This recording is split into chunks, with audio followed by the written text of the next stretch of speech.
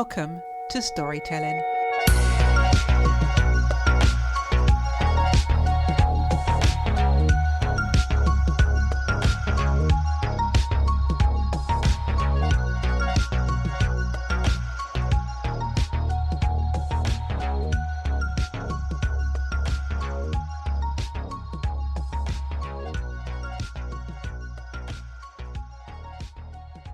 This week's guest is a business coach who turned an extraordinary and unconventional upbringing into a powerful foundation for helping others succeed.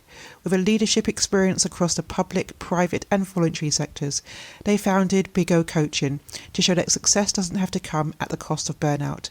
Please welcome Bayo Igoh. Hello, Bayo, and welcome to the podcast. Afternoon, Debbie. How are you? I'm very well. Bayo, what is a business coach? Okay, so a business coach is a professional, primarily works with business owners, entrepreneurs, some executives, people in that business industry really working to improve their performance or specific goals. Coaches, as you will know, probably work with people about their goals, goal setting, how to develop skills to address those goals. But the prefix business suggests and implies it's in the space of business. So clarifying your vision, your strategic goals, some of the technical bits around business, maybe improving their business acumen, implementing changes, so be growth modeling, strategic thinking, leadership and management, but through the prism of coaching, which is different to consultants who might do it for the business. Where a real coach, quote unquote, comes into play is that they are guiding the client through powerful questions and helping them frame an action plan to address their goals or targets that they've set. So that's what I try to do as a business coach. So you've also worked across public, private and voluntary sectors. Yeah. What unique insights do you think you bring to your role as a business coach in terms of your understanding of leadership and success? People, performance and planning. My background is social housing.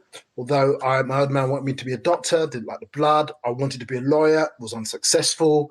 And I fell into social housing, 1993, left about 2015-16. And across that, almost 30 years was working with people, every type of person there is. So we're in London, social housing, which you're familiar with, tenants, residents, leaseholders, private owners, blocks of flats, streets, every type of person lived in those. And then everyone who worked there, they may have lived there themselves or were more senior individuals, councillors, not prime ministers, unfortunately, councillors, MPs, all that built, then the CEOs, and then all the partners that we worked with, the contractors, the caretakers, the police, social services, health. So there's lots of people. And with that, believe it or not, because low public sector work is decried as a place where performance isn't taken seriously, performance is key.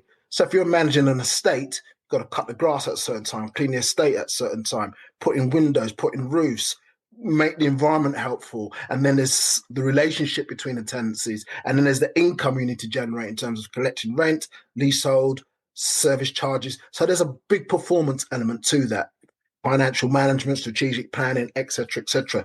And so with that, there comes a plan.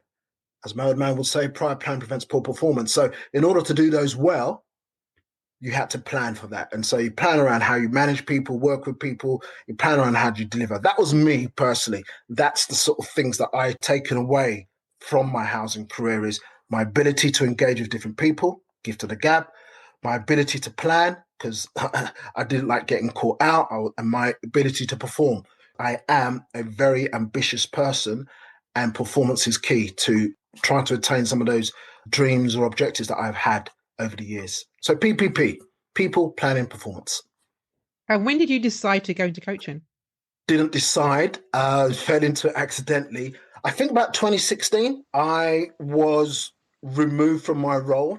I was a head of service for the City of London Corporation. And it wasn't the first time. It was probably third time over 30 years that my upward trajectory was cut from the knees.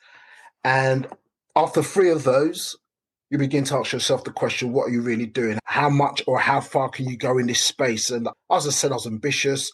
I did well as a housing bod and it didn't work. So rewind to 1999, 2000 was my first experience of coaching. the then CEO of our housing association said to us, "You're all great managers, but I now want you to be leaders. I'm going to get you a coach."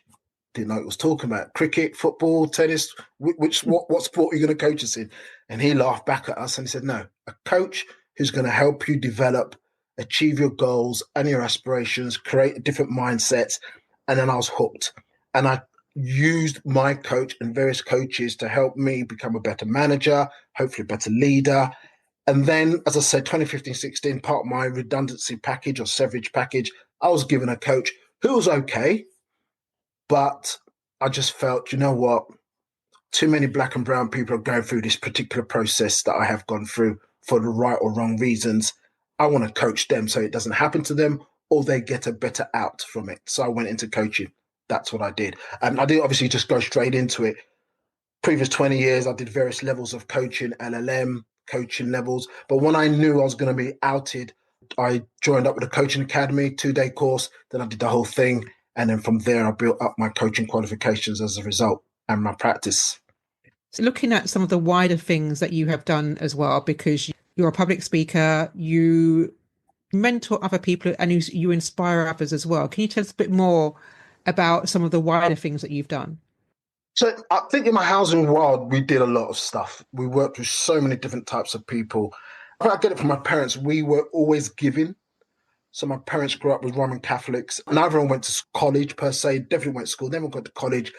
And they really believed in helping others move forward. And to do that, you need to help others help you move forward. So I always came from a background of helping people. That's my people thing. And in terms of who I've worked with, a cross section of my dad used to say, if you don't ask, you don't get.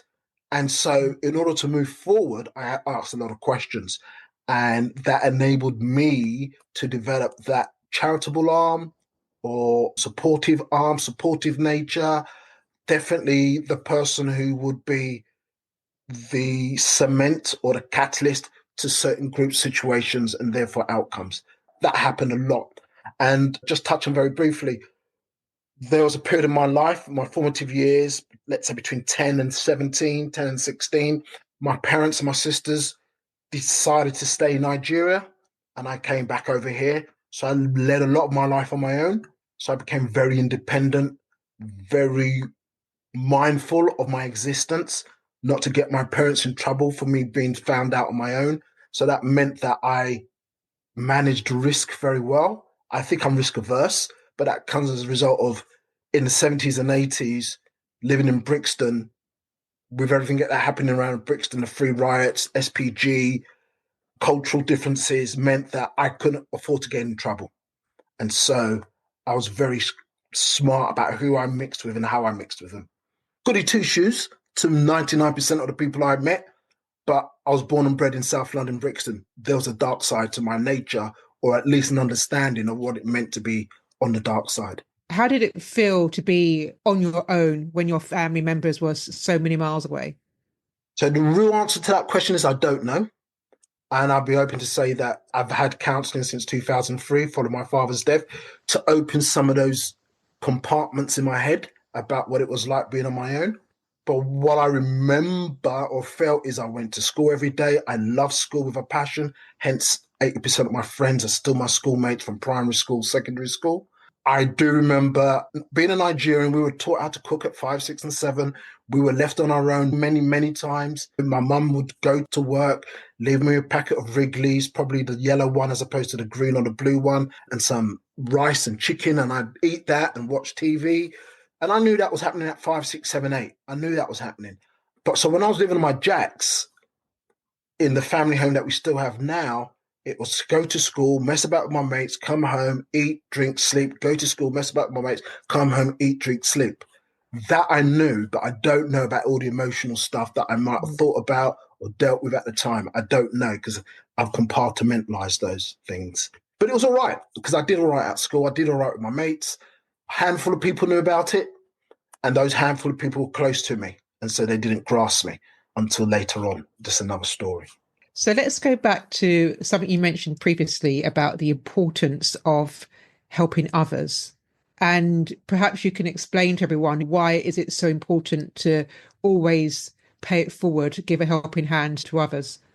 Yeah, trust was very important to me because you're coming out of your house at 8 o'clock, getting on a bus, getting into school, doing school work, and you could only tell certain people what you were doing and why you were doing it. So trust was very important for me.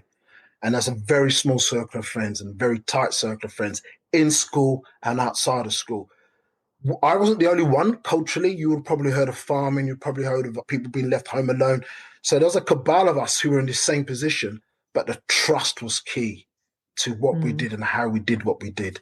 And so that meant in that bubble, I was great. In any wider bubble, we were forever acting or being a certain type of person in a certain type of situation. So I'll give school an example.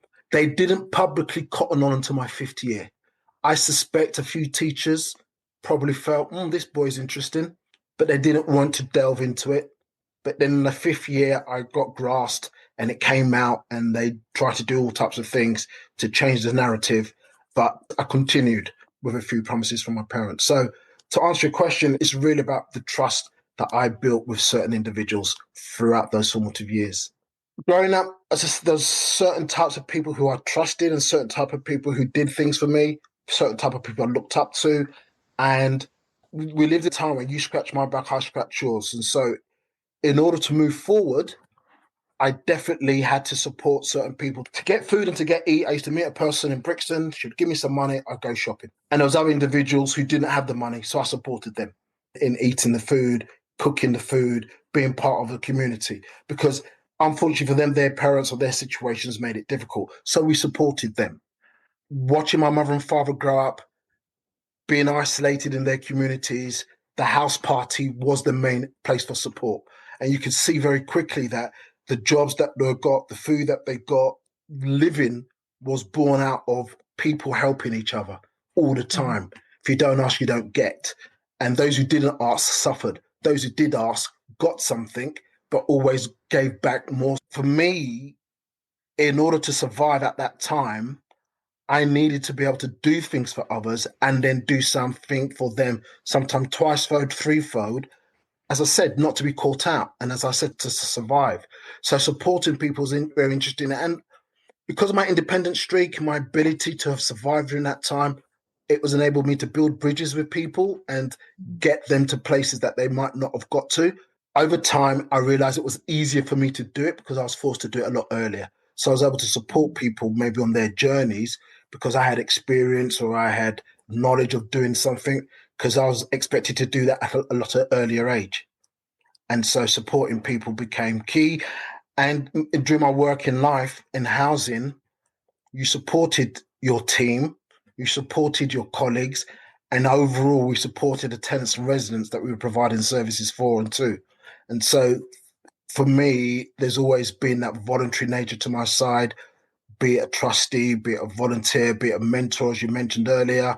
It's about helping other people be the best persons they can be in any given situation, because that's what made me survive during my formative years and obviously my middle to adult years was people supporting me and therefore I should support others. Give unto others as you give unto yourself, or something like that is an expression that comes to mind. How would you say that experience, your personal experience and your professional experience, has culminated together for you as a coach? Yeah, three's the magic number. So for me, resilience, being reflective, always had to sit back and say, can I do this? Should I do this? How am I going to get away with doing this? And then we're resourceful. How do I get away with doing it? What do I need to get away with doing it? And then get it to do it. And so that I think is key to where I am today as a coach. Well, did I know what coaching was in 1993, 2003? Probably not. But what I do now, as I explained here, is the ability to support someone from getting from A to B, helping them to grow, helping them to define their goals and their targets and objectives, then supporting them in doing that. Because along the way, they're going to have to reflect on why and how they're going to do something. I've had much reflection in my life. Some of it is compartmentalized, but most of it is out in the open because of me getting from A to B. And then resilience, because you're going to get knocked back left, right, and center. No matter how great you are going to hit an obstacle or a mistake or a situation, and you're going to have to say to yourself, do I want it? Yes. then that's when the resourcefulness comes into it. How do I go about getting it? What tools do I have? What skill sets do I have or don't have in order to move forward? And that has been my life, is to sort of say, O levels, okay, done well. A levels, didn't get them the first time. First degree, that was great. Law degree, that was great. Didn't do law. I'll start again. Housing, that was great. Got a housing degree, that was great. Wanted to be this, that didn't happen. Okay, start again. Going to coaching. Boom, boom, boom, boom, boom. So those life experiential experience, quite handy in being a coach and pretty handy at being a business coach, in my experience. And then that's some of the feedback I get, is to sort of say to people, okay, how would you do that? When would you do that? And as you know, as a coach, you don't tell them what to do, because that defeats the object. You ask them, how would you do it? And I'm able to tap into some of my experience about, okay, then let's find the answers from within to do that.